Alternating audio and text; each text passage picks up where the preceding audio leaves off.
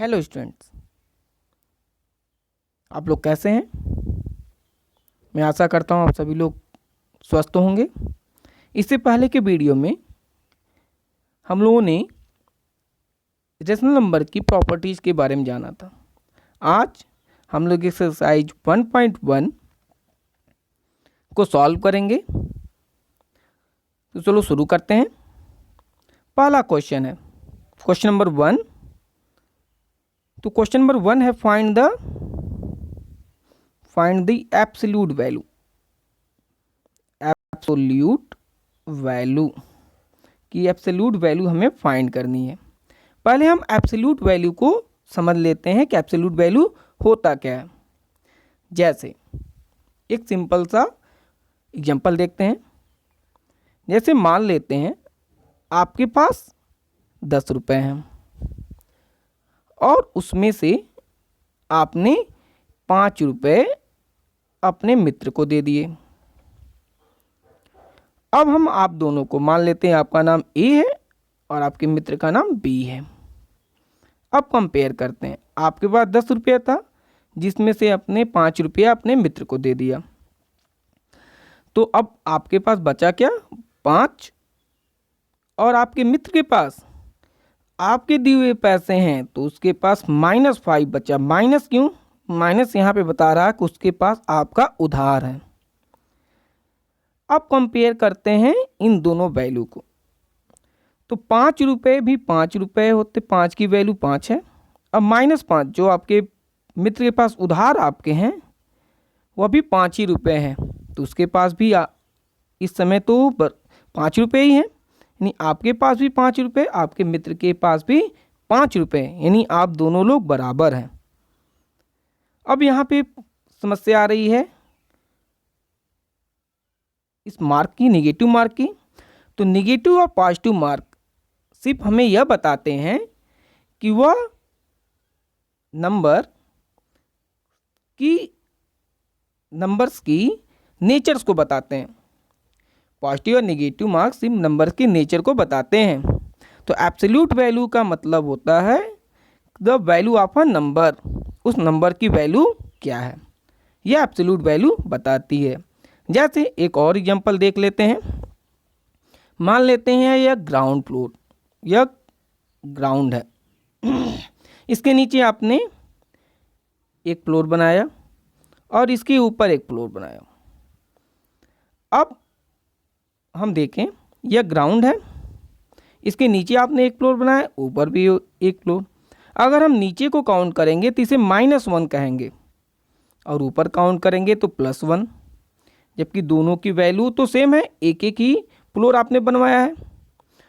तो absolute value means the value of a number, उस number की जो वैल्यू होती है उसे हम एब्सोल्यूट वैल्यू कहते हैं।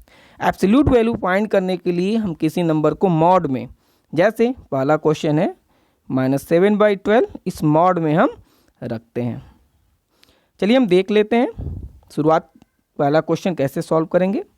तो पहला क्वेश्चन आपका है -7/24, यह मॉड में है, इसकी एब्सोल्यूट वैल्यू फाइंड करनी है।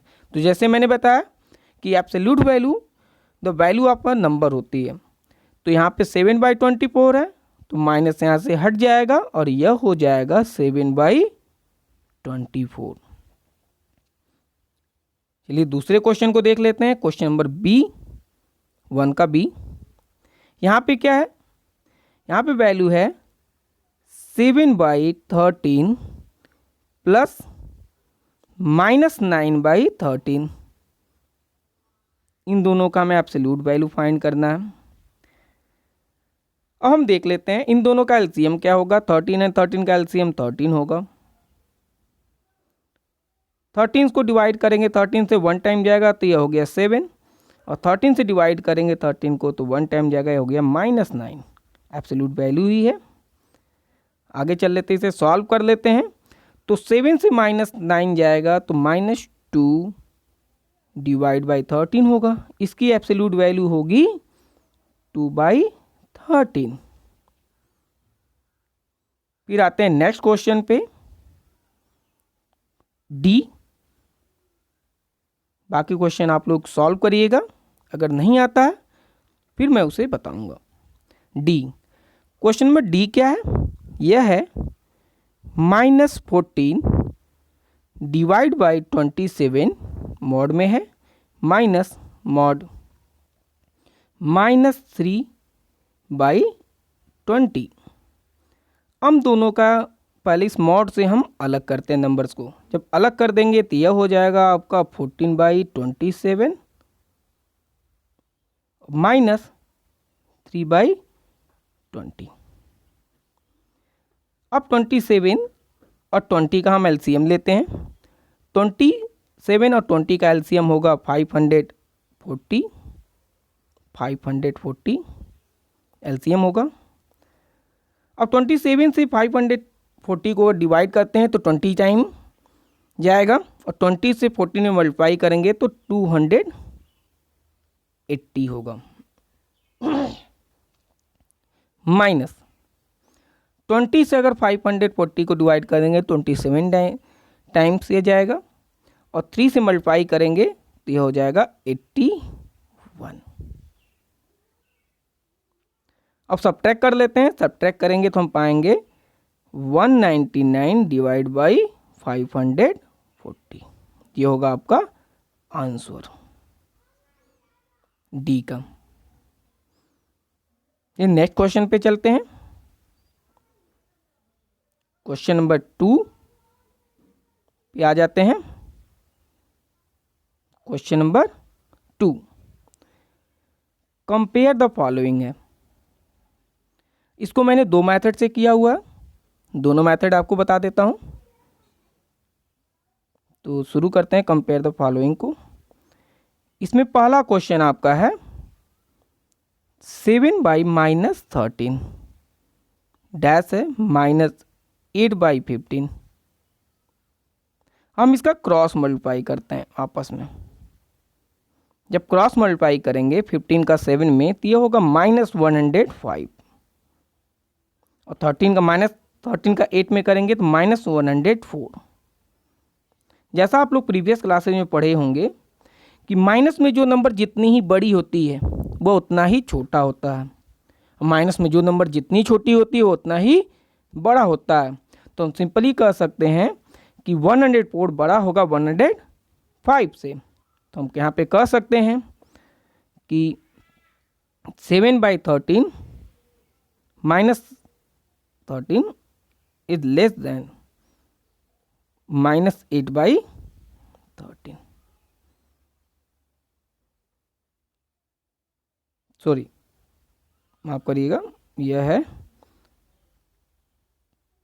Second question. 7/-13 -8/15 है, मैंने 13 लिख दिया था गलती से। आ जाते हैं सेकेंड क्वेश्चन पे। इसके सेकेंड मेथड पे कि हम दूसरे तरीके से कैसे सॉल्व कर सकते हैं, तो उसे भी हम देख लेते हैं। यहाँ पे 7/-13 और -8/15 दिया हुआ है। 13 और 15 का हम एलसीएम लेते हैं। 13 और 15 का एलसीएम होगा 195। 195 इसका एलसीएम होगा।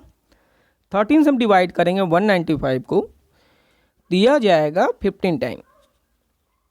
15 से मल्टीप्लाई करेंगे 7 में, दिया होगा -105। 15 से डिवाइड करेंगे 195 को तो 13 टाइम जाएगा, और 13 से मल्टीप्लाई करेंगे 8 को तो यह होगा -104। इसे हम लिखेंगे -105 divide by 195 comma -104 divide by 195। तो फिर हम देख रहे हैं कि यह इक्वेशन बड़ा है, दिस इक्वेशन। तो हम सिंपली कह सकते हैं 7/-13 इज लेस देन -8/15। चलिए नेक्स्ट क्वेश्चन पे चलते हैं। नेक्स्ट क्वेश्चन देख लेते हैं।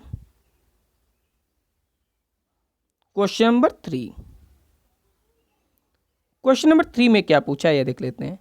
Right each of the following in standard form. Right each of the following in standard form. Standard form का मतलब क्या होता है? इसका दो मतलब होता है। पहला, जैसे मैंने एक नंबर लिखा 25 डिवाइड बाई 50। हम देख रहे हैं कि 5 से दोनों नंबर रिड्यूस हो सकते हैं, तो रिड्यूस कर लेते हैं। 5 5 जा 25, 5 10 जा 50। फिर ये नंबर 5 से रिड्यूस हो सकता है। 5 1 जा 5, 5 2 जा 10। तो यह 1/8 टू 25/50 का स्टैंडर्ड फॉर्म है। स्टैंडर्ड फॉर्म वह नंबर होता है जो कि सबसे छोटा, यानी रिड्यूस करने पे अब उसके बाद वो रिड्यूस न हो, या हम किसी नंबर को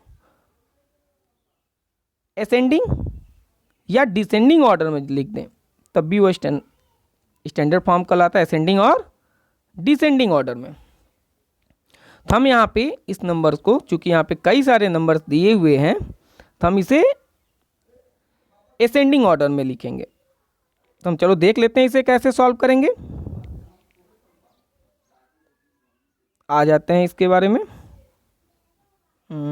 ये दूसरे पेज पे चला गया।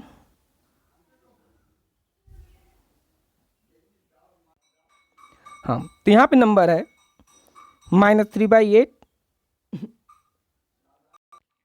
-3/8, 5/-12, 5/-12। नेक्स्ट है -7/16, -13/18 एंड देन 11/-24। अब इन सभी का 8, 12, 16, 24, 18 एंड 24 का पहले एलसीएम लेते हैं। तो एलसीएम इनका कितना होगा? 144। एलसीएम होगा 144। एलसीएम ले लिया गया हम लोगों ने 144। 8 से 144 को हम डिवाइड करेंगे तो कितनी टाइम जाएगा? हाँ, तो इसका एलसीएम हो गया 144। तो 8 से 144 को डिवाइड करेंगे तो हो जाएगा 18 टाइम जाएगा। 18 से हम 3 में मल्टीप्लाई करते हैं, 3 में, तो यह जाएगा 56। गलती से यहाँ से 48 लिख दिया गया। अब 12 से हम डिवाइड करते हैं 144, तो 12 टाइम जाएगा तो हो जाएगा -60 या -56 होगा। 16 से डिवाइड करेंगे तो 9 टाइम जाएगा, ये हो जाएगा -63। 18 से डिवाइड करेंगे 8 टाइम जाएगा तो ये हो गया -104। -24 से डिवाइड करेंगे तो यह जाएगा 6 टाइम, ये हो गया -66। हम देख रहे हैं कि सबसे बड़ा कौन सा है? 104 जो नंबर है सबसे बड़ा है। अब माइनस में जो सबसे बड़ा होता है वो सबसे छोटा होता है, तो सबसे पहले हम -13/18 को लिखेंगे। फिर दूसरा नंबर 66 है सबसे बड़ा, तो इसके और सबसे बड़ा है माइनस में है तो यह सबसे सेकेंड नंबर पे छोटा होगा, इसको सेकेंड नंबर पे लिखते हैं हम। तीसरा 63 है, इसे तीसरे नंबर पे। चौथा 60 है और लास्ट है 56, इसे सबसे लास्ट में सबसे बड़ा नंबर होगा 56, यानी -3/8 सबसे बड़ा नंबर होगा, जिसे हम असेंडिंग ऑर्डर में लिख दिए। यह स्टैंडर्ड फॉर्म है इस नंबर का। इसे आप लोग 48 को 56 कर लीजिएगा। आते हैं नेक्स्ट क्वेश्चन पे, क्वेश्चन नंबर 5। क्वेश्चन नंबर 4 मैंने इसलिए स्किप कर दिया है कि क्वेश्चन नंबर 3 एंड 4 दोनों सेम है, तो सॉल्व करिएगा। If you have any problem, आप लोगों को कोई समस्या होती है कमेंट बॉक्स में ज़रूर बताएं, मुझसे नेक्स्ट वीडियो में ज़रूर बताने की कोशिश करूँगा। आ जाते हैं simplify the following. Question number 5 क्या है? Simplify the following. हम देख लेते हैं कैसे सिंप्लीफाई करेंगे। पहला क्वेश्चन है -5/16 प्लस 7/24 -13/48। अब इन तीनों का 16, 24 और 48 का एलसीएम लेते हैं। इन तीनों का एलसीएम होगा 48। तो सॉल्व करते हैं। एलसीएम हो गया 48। 16 से 48 को हम डिवाइड करेंगे तो 16 टेबल पढ़ेंगे, 3 टाइम जाएगा, और 3 से मल्टीप्लाई करेंगे -5 में तो -15 होगा। 24 से डिवाइड करेंगे 48 को, 2 टाइम जाएगा, और मल्टीप्लाई करते हैं 7 में से 2 टाइम में तो ये हो जाएगा 14। ये हो जाएगा +14। नेक्स्ट 48 को डिवाइड करेंगे 48 से तो 1 टाइम जाएगा, और 13 से मल्टीप्लाई करेंगे 13। अब -13 अब -15 को ऐड कर लेते हैं। ऐड करेंगे तो ये दोनों हो जाएंगे -28 और +14 है ही यहाँ पे मौजूद, और नीचे हो गया एलसीएम 48। अब 14 को 28 से हम सब्ट्रैक्ट करते हैं तो आंसर आता है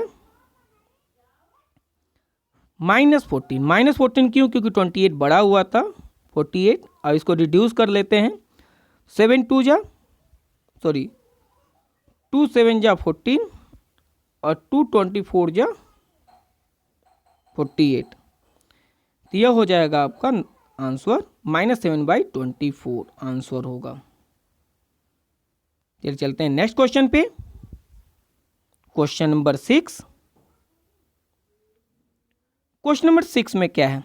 6 में हमें करना है सिंप्लीफाई द फॉलोइंग। हमें सिंप्लीफाई करना है नंबर्स को। तो 6 का ए हम लेते हैं। यह है आपका 8/-9 इंटू 16/-7। और जब हम मल्टीप्लाई करते हैं इसे, अब पहले देखते हैं क्या ये रिड्यूस हो सकता है, ऊपर नीचे नहीं हो सकता 8 और 9, एंड 9 से 16 नहीं हो सकता, 7 से 8 भी नहीं, तो सीधे सीधे मल्टीप्लाई कर लेते हैं। 8 का 16 में करेंगे तो यह हो जाएगा आपका 128, और 7 का 9 में करेंगे तो यह हो जाएगा 63, और माइनस माइनस का करेंगे तो यह हो जाएगा प्लस, ये हो जाएगा प्लस, तो ये आंसर हो जाएगा 128 डिवाइड बाई 63। यहाँ पे बाई मिस्टेक एक लाइन खींच दी गई है, यह नहीं होगी। अब इसमें नेक्स्ट क्वेश्चन देख लेते हैं। एफ क्या है? एफ में डिवाइड करना, पहले मल्टीप्लाई था, दूसरे में डिवाइड है, इसे हम देख लेते हैं। क्वेश्चन नंबर एफ 6 के एफ को दिया यहाँ पे आपका 25 डिवाइड बाई 7 देन डिवाइड 15/14। अब देखो डिवाइड को हम मल्टीप्लाई करने के लिए सेकेंड नंबर को इंटरचेंज कर देते हैं, तो डिवाइड का साइन मल्टीप्लाई साइन में चेंज हो जाता है। जैसे यह हो जाएगा आपका -25 डिवाइड बाई 7 इंटू 14, यहाँ फिर से कर लेते हैं, -25 डिवाइड बाई 7 इंटू, यह चेंज हो गया, चेंज हो जाएगा तो यह हो जाएगा आपका 14 डिवाइड बाई 15। अब हम देख लेते हैं 7 से कैंसिल हो जाएगा, 2 टाइम जाएगा, और 5 3 जा 15, 5 5 जा 25। अब 2 का 5 में मल्टीप्लाई कर लेते हैं तो यह हो जाएगा आपका 10, सॉरी ये माइनस है, तो -10 डिवाइड बाई 3, चूँकि यहाँ पे 1 है, 1 करेंगे तो 3 टाइम जाएगा, तो 10/3 हो गया। अब इसे स्टैंडर्ड फॉर्म में कर लेते हैं। स्टैंडर्ड फॉर्म के लिए हम इसे मिक्स फ्रैक्शन में लिखेंगे, तो 10 को अगर हम 3 से डिवाइड करते हैं तो हमें पता है 3 टाइम जाता है, और 1 हमें रिमाइंडर बचेगा, तो इसे हम ऐसे लिख सकते हैं -3 होल 1/3। ये होगा आपका आंसर। अब नेक्स्ट क्वेश्चन चलते हैं। क्वेश्चन नंबर 7 आप लोगों को मैंने समझाया हुआ था, उसे आप लोग अपने से करेंगे। अब चले आते हैं क्वेश्चन नंबर 8 पर। 8 में हम देख लेते हैं क्या है। यहाँ पे देखिए, यहाँ पे दो ब्रैकेट दिए हुए थे, ब्रैकेट, इसको हमें फिल करना है, फिल द ब्रैकेट है। तो हम मान लेते हैं पहले ब्रैकेट का वैल्यू x1 है और दूसरे ब्रैकेट का वैल्यू x2 है। तो पहले हम इन दोनों नंबर्स को सॉल्व कर लेते हैं और x1 की वैल्यू निकाल लेते हैं। कैसे करेंगे इसके लिए देखते हैं। पहले -5/12 है इक्वल टू x1/60। हम क्रॉस मल्टीप्लाई कर लेंगे, इसे क्रॉस मल्टीप्लाई करेंगे तो यह हो जाएगा -5 × 60 इक्वल x1 × 12। और 12 से इस नंबर को डिवाइड करेंगे। अब जब डिवाइड करेंगे तो यह हो जाएगा आपका -5 × 6, सॉरी यहाँ पे है, हाँ 60 डिवाइड बाई 12 x1। 12 से हम 60 को डिवाइड करते हैं, 5 टाइम जाएगा यह, 5 से 5 मल्टीप्लाई करेंगे तो हो जाएगा 25 -25। तो x1 की वैल्यू हो जाएगी -25। अब x2 की वैल्यू को देख लेते हैं। इसके लिए पहले और तीसरे को लेंगे हम। क्या लेंगे? पहले और तीसरे नंबर को यहाँ पे लेंगे, पहले नंबर और तीसरे नंबर को। चाहे तो आप दूसरे की वैल्यू भी फाइंड कर चुके हैं, ले सकते हैं, बट ये 25 और 60 जो कि एक बड़ा नंबर होगा, इस नाते हम छोटे नंबर को लेते हैं ताकि हमारा कैलकुलेशन छोटा हो सके। हमेशा मैथ की एक रूल्स होती है कि हम छोटे से छोटा कैलकुलेशन इस्तेमाल करते हैं ताकि गलतियां ना के बराबर हों। इन दोनों नंबर को हम लेंगे और x2 की वैल्यू फाइंड करेंगे। तो चलिए करते हैं इसे। अब देखिए यहाँ पे -5/12, दूसरा है 35 × x2। क्रॉस मल्टीप्लाई फिर यहाँ पे करेंगे हम, इन दोनों का क्रॉस मल्टीप्लाई करेंगे तो ये हो जाएगा -5 × x2 इक्वल 35 × 12। अब यहाँ -5 से हम इन दोनों को डिवाइड कर देंगे। चलिए देख लेते हैं। तो x2 equal to 35 × 12 divide by 5, -5 को 35 से डिवाइड करेंगे तो -7 टाइम होगा। 7 से हम 7 को से मल्टीप्लाई करेंगे 12 को, तो यह होगा 84। तो x2 इक्वल टू -84, यह आंसर होगा। नेक्स्ट क्वेश्चन नंबर 9 हम देखते हैं। क्वेश्चन नंबर 9 में check which of the following are equivalent. इन दोनों में से कौन सा इक्विवेलेंट है, इसे हमें देखना है। तो क्वेश्चन नंबर 9 का ए देखते हैं, जिसमें है -8/13, दूसरा है 64/104 और 13 एंड 104 का हम एलसीएम लेते हैं। इन दोनों का एलसीएम 104 होगा, तो ले लेते हैं एलसीएम पहले। तो एलसीएम लेंगे तो 104, 13 से अगर डिवाइड करेंगे 104 को तो 8 टाइम जाएगा और 8 से 8 में मल्टीप्लाई करेंगे तो -64 होगा, कॉमा 104 से डिवाइड करेंगे तो -1 टाइम जाएगा और यह मल्टीप्लाई करेंगे तो माइनस हो गया। हम देख रहे हैं कि दोनों इक्वल हैं, तो हम सिंपली कह सकते हैं कि -8 divide by 13 equal to 64 divide by -104। तो इस तरह से आप लोग बाकी को क्वेश्चन सॉल्व करिएगा। अगर किसी को किसी तरह की समस्या होती है कमेंट बॉक्स में ज़रूर पूछें,